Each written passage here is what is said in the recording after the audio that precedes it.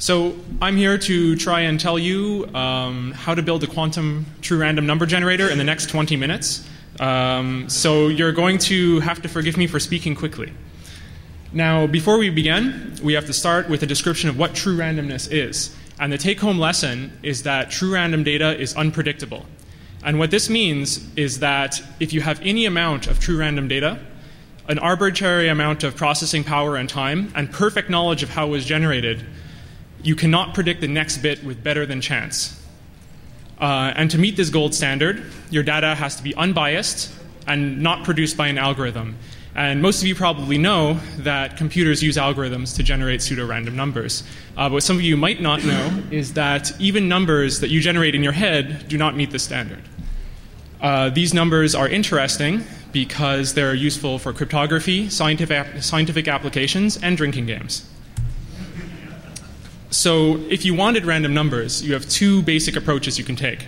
You can use a pseudo-random number generator, which uses an initial secret starting condition and an algorithm to generate a deterministic sequence of numbers, which is considered for most applications a good enough approximation to the random distribution to be used for many purposes.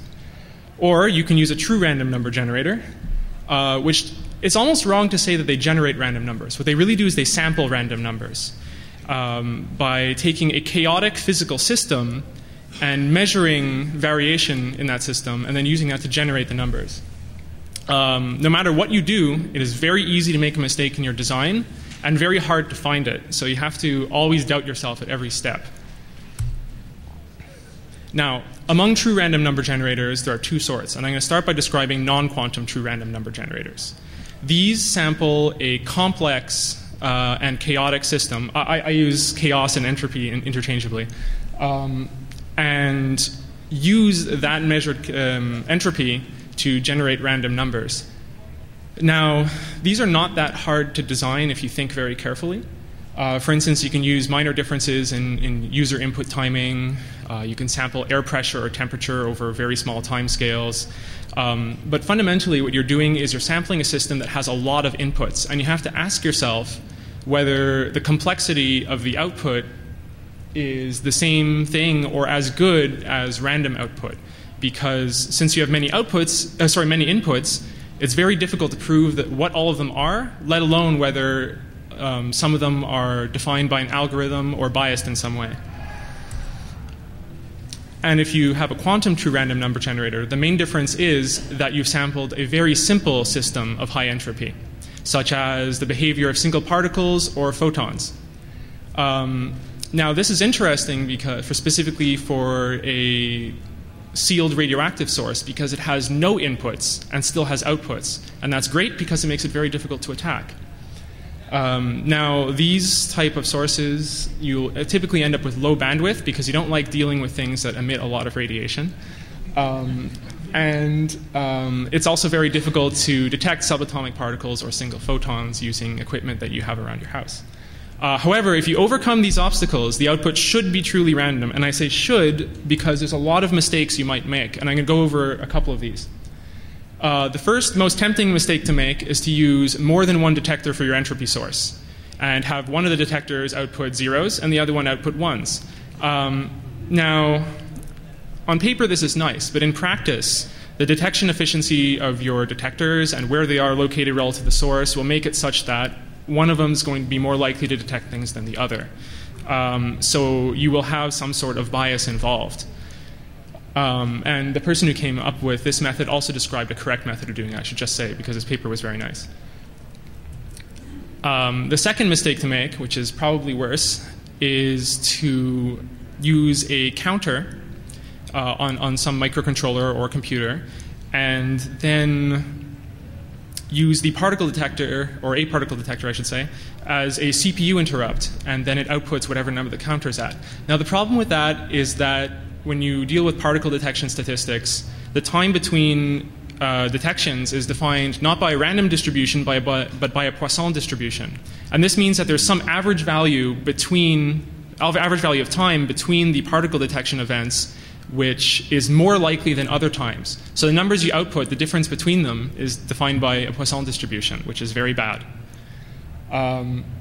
Now, the last thing you should not try to do is try to calculate the expected time between particle detection events, because it's going to vary over time, and you don't know exactly how many atoms there are, and you don't know your detector efficiency with absolute precision. So not only will you have a bias, you will no longer know what it is. Now, our design doesn't have that many groundbreaking developments. It has two things which are very convenient, however.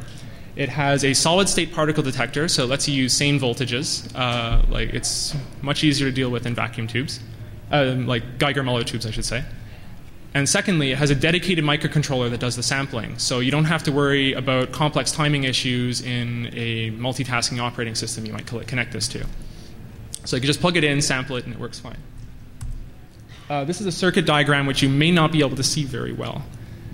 Basically, the first part to the left is the primary detector circuit, where you have, which I'll describe more later. It has to be enclosed in a Faraday cage to block out external noise, which would completely drown out the signal otherwise.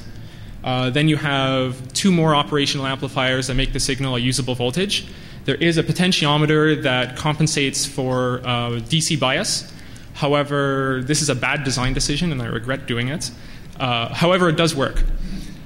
Finally, you have pulse shaping and sampling stages afterwards.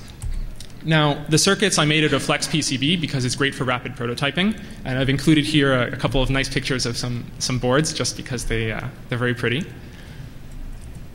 Now, the core of the particle detector is a pin photodiode, and this is like a small solar panel. If you apply something of enough energy to one end, you knock loose a few electrons, and you could detect this as a voltage difference between the two ends. So you use a differential, what's called a transimpedance amplifier, which is basically an op-amp, to amplify that difference to a usable signal, which you can see as an oscilloscope's trace on the screen. You have a spike and then a logarithmic decay.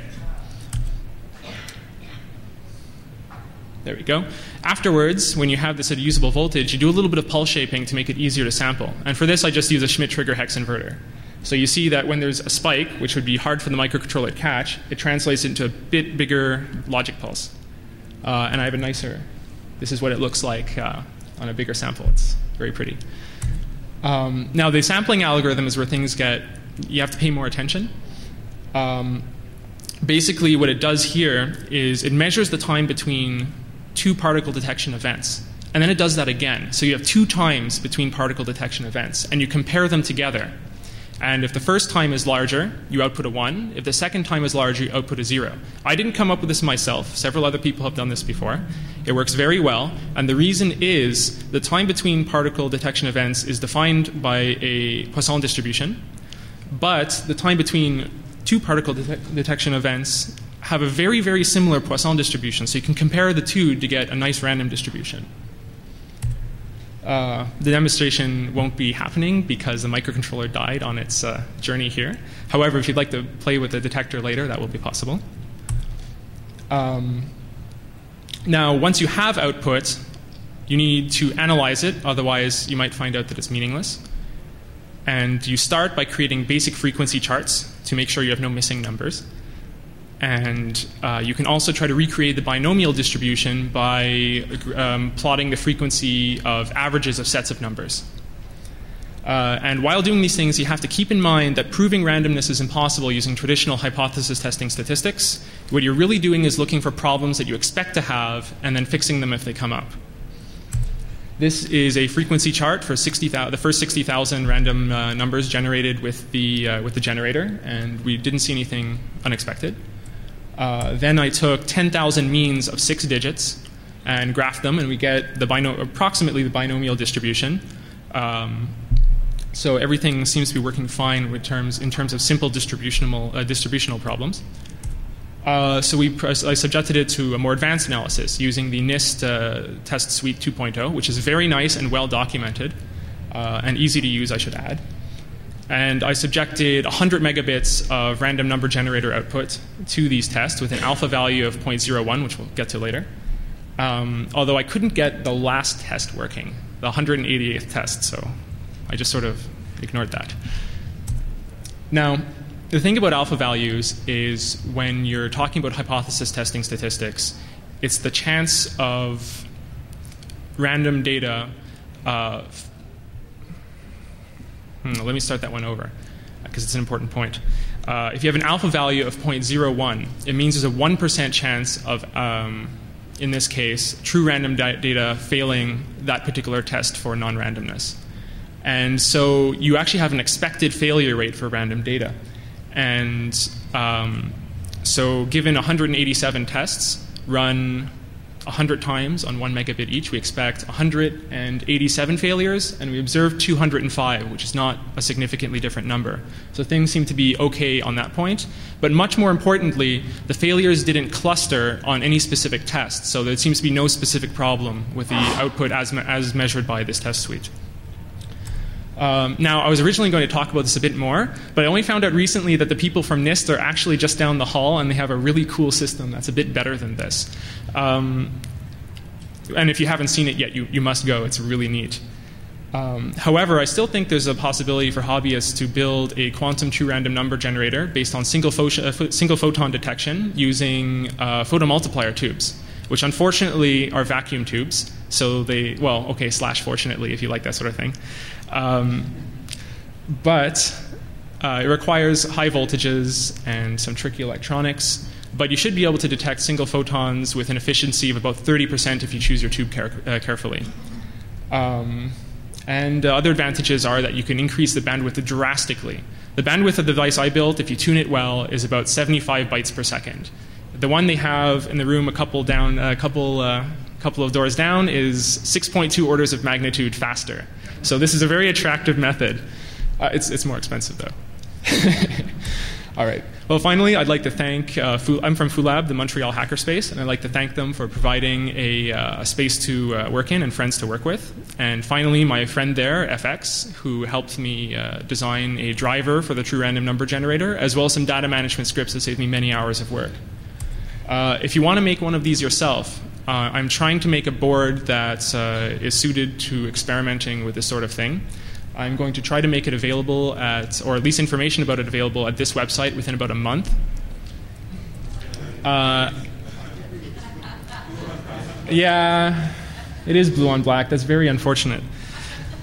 I thought it would look better. It doesn't. It should say legionheavyindustries.com. But the presentation is available for download. My references are similarly difficult to see, but they're very interesting, and you should go check them out because they'll provide literally minutes of entertainment. Specifically, the photodiode datasheet is particularly interesting. Thank you very much. And for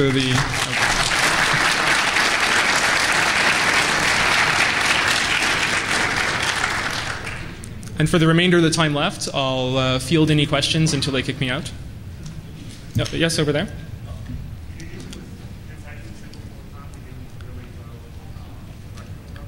Oops, could you speak up just a little bit?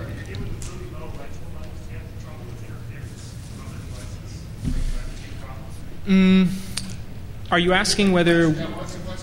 I can't quite... can you speak up a bit more? Sorry. If you're dealing with such low electrical levels, detecting single photons, yeah. trouble with interference from other devices nearby, how do you integrate this? He's asking whether, when detecting single photons, you would have problems with electronic interference from nearby devices. And yes, you would.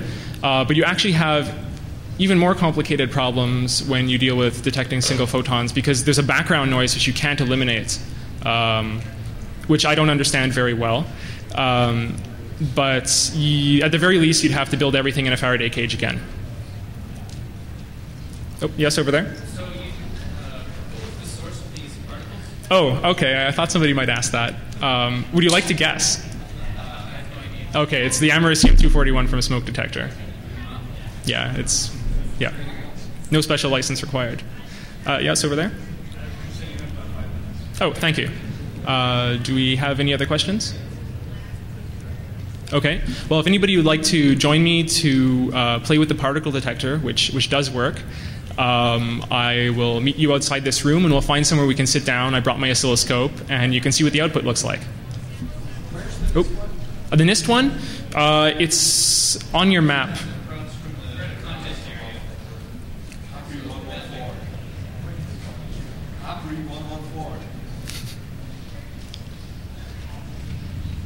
Good.